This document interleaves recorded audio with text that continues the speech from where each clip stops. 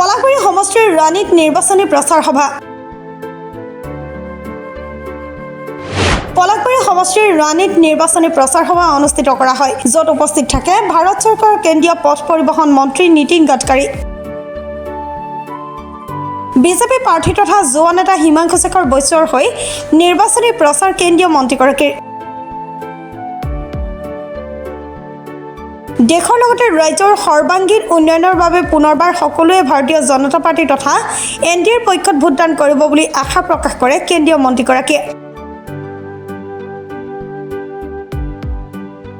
Palasbari BJP প্ৰাৰ্থী হিমাংশু শেখৰ বৈশ্যই ভাষণ প্ৰসংগত কয় যে পলাশবাৰীত এবাৰ আগতকৈ 3 গুণ বেছি উন্নয়ন হ'ব। উল্লেখ্য যে পলাশবাৰী সমষ্টিত নিৰ্বাচনী প্ৰচাৰৰ বাবে অহাকালি কেন্দ্ৰীয় গৃহমন্ত্ৰী অমিত শ্বাহ ছয়গাঁৱত সভা সম্বোধন কৰিব।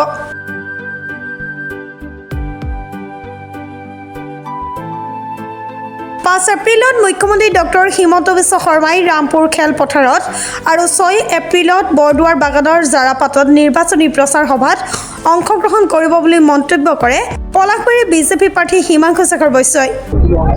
কেন্দ্ৰীয় মন্ত্ৰী সন্মানীয় বিজেপি দলৰ বহু ডাঙৰ নেতা, বহুত জ্যেষ্ঠ নেতা নীতিন গাডকাৰী ডাঙৰীয়া ইয়াতে আহিছিলে। বহুত সৰুৰে পৰাই যেতিয়াৰ পৰা ৰাজনীতি ফল' কৰোঁ, এনেধৰণৰ নেতাসকলক আমি দেখা পাইছিলোঁ। টিভিতে সদায় চাওঁ, টিভিতে সদায় ফল' কৰোঁ। মই তেখেতক লগ পোৱাৰ খুব ভালদৰে সুযোগ 2016 চনৰ নিৰ্বাচনত মই পাইছিলোঁ, কিন্তু তাৰপিছত ইমান বছৰ কেতিয়াও লগ পোৱা নাছিলোঁ।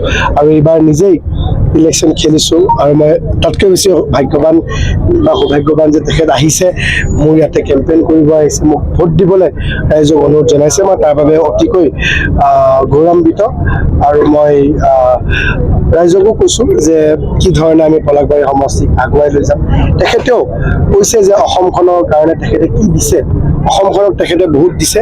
যোৱা 10টা বছৰত বা যোৱা 12টা বছৰত কেন্দ্ৰীয় চৰকাৰ অহাৰ পিছত অসমখনক সন্মানীয় গাডকাৰীজী, সন্মানীয় নৰেন্দ্ৰ মোদী ডাঙৰীয়া, ডক্টৰ হিমন্ত বিশ্ব শৰ্মা ডাঙৰীয়া বহুত দিছে অসমখনক। আৰু তেখেতে দিয়া প্ৰজেক্টৰ ভিতৰতে আমাৰ যিটো পলাশবাৰী সমষ্টিৰ নতুন হাইৱে প্ৰজেক্ট হৈ আছে, আমি সকলোৱে জানো এয়াৰফ'ৰ্চ গেটৰ পৰা গোৱালপাৰালৈকে সেই হাইৱে প্ৰজেক্টটো তেখেতেই আমাক উপহাৰ দিছে। অহাকালি ভাৰতবৰ্ষৰ গৃহমন্ত্ৰী সন্মানীয় অমিত শ্বাহ ডাঙৰীয়া আহিব 1টা বজাত আমাৰ ছয়গাঁও হাইস্কুল খেলপথাৰত।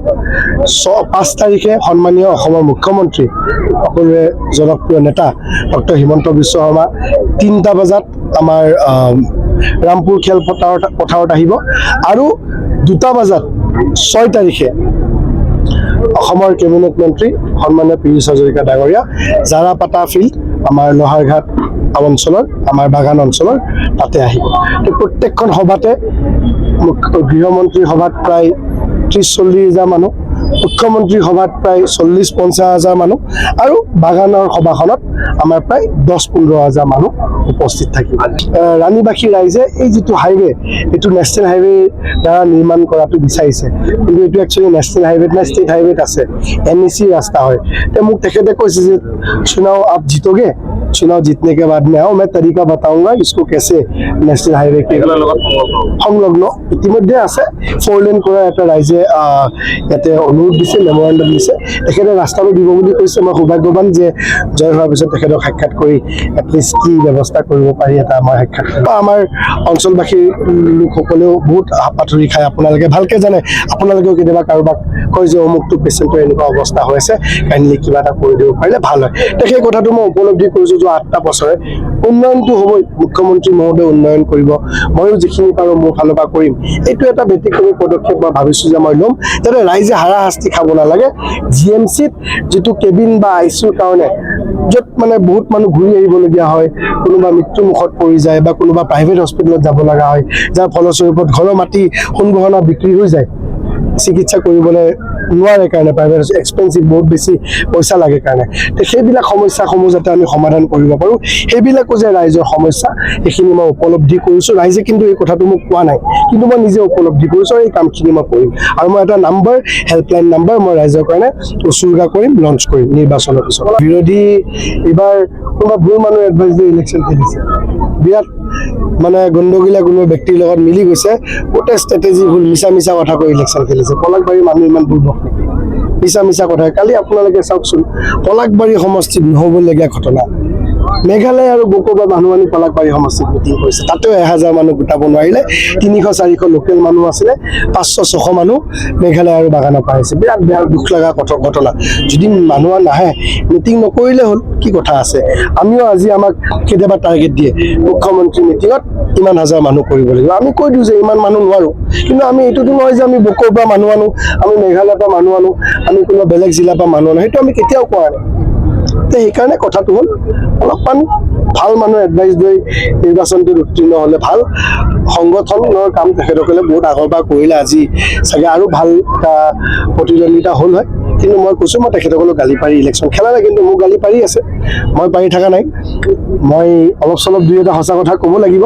আমি উন্নয়নৰ ৰাজনীতিত বিশ্বাস কৰিছোঁ। পলাশবাৰীত এবাৰ মই সঁচাকৈ কৈছোঁ, বহুত উন্নয়ন কৰিব চেষ্টা কৰিম আৰু বহুত উন্নয়ন কৰিম। 4 তাৰিখে যি ধৰণত আমাৰ বিধায়ক হেমাংগ ঠাকুৰীয়াই কাৰফিউ দি এটা যত্ন কৰিছিলে হাতীসমূহক খেদিব, 4 তাৰিখে ডিপাৰ্টমেণ্টৰ তৰফৰ পৰা পুনৰ এটা ড্ৰাইভ কৰা হ'ব। আপোনালোকে ৰাইজক সচেতন কৰিব, সেইদিনা যাতে ঘৰৰ পৰা নোলায়। নিশ্চয় প্ৰশাসনৰ তৰফৰ পৰাও বা আমাৰ বিভাগীয় কৰ্তৃপক্ষৰ তৰফৰ পৰাও এটা নিৰ্দেশনা দিব। কিন্তু তাৰপিছত খেদি পঠোৱাৰ পিছত মই প্ৰাইভেট NGO লগা হাতীখিনি মই সেই অঞ্চলত ব্লক কৰি থ'ম। ব্লক কৰি তাতে খেতি কৰাৰ ব্যৱস্থা কৰি গোটেই অঞ্চলটোত আমি তাৰ মাৰাৰ ব্যৱস্থা কৰিম। এইটো একদিনত হোৱা কাম নহয়, কিন্তু মই গেৰাণ্টি দিছোঁ 4-5-6 মাহৰ ভিতৰত মই হাতী পলাশবাৰীত সোমাব নোৱাৰা ব্যৱস্থা কৰি দিম। আৰু তাৰপিছত পলাশবাৰী সমষ্টিৰ ৰাইজে হাতী, কাজিৰঙা আৰু জুত চাব যাব লাগিব। মিৰ্জাৰ পৰা সুনীল দাসৰ ৰিপৰ্ট, প্ৰাতঃ টাইম ডিজিটেল। শদিয়াৰ পৰা ধুবুৰীলৈ, বৰাকৰ পৰা ব্ৰহ্মপুত্ৰলৈ সকলোৰে মাজত চিনাকি এটা নাম প্ৰাতঃ টাইম। থলুৱা ভাষা, কৃষ্টি আৰু সত্য বাতৰিৰ আধাৰত প্ৰতিষ্ঠিত খবৰ প্ৰাতঃ টাইমৰ প্ৰতিটো বা বাতৰি পুংখানুপুংখভাৱে চাবলৈ Facebook, YouTube, website, Twitter, Instagram আৰু ব্লগাৰ পেজত লাইক আৰু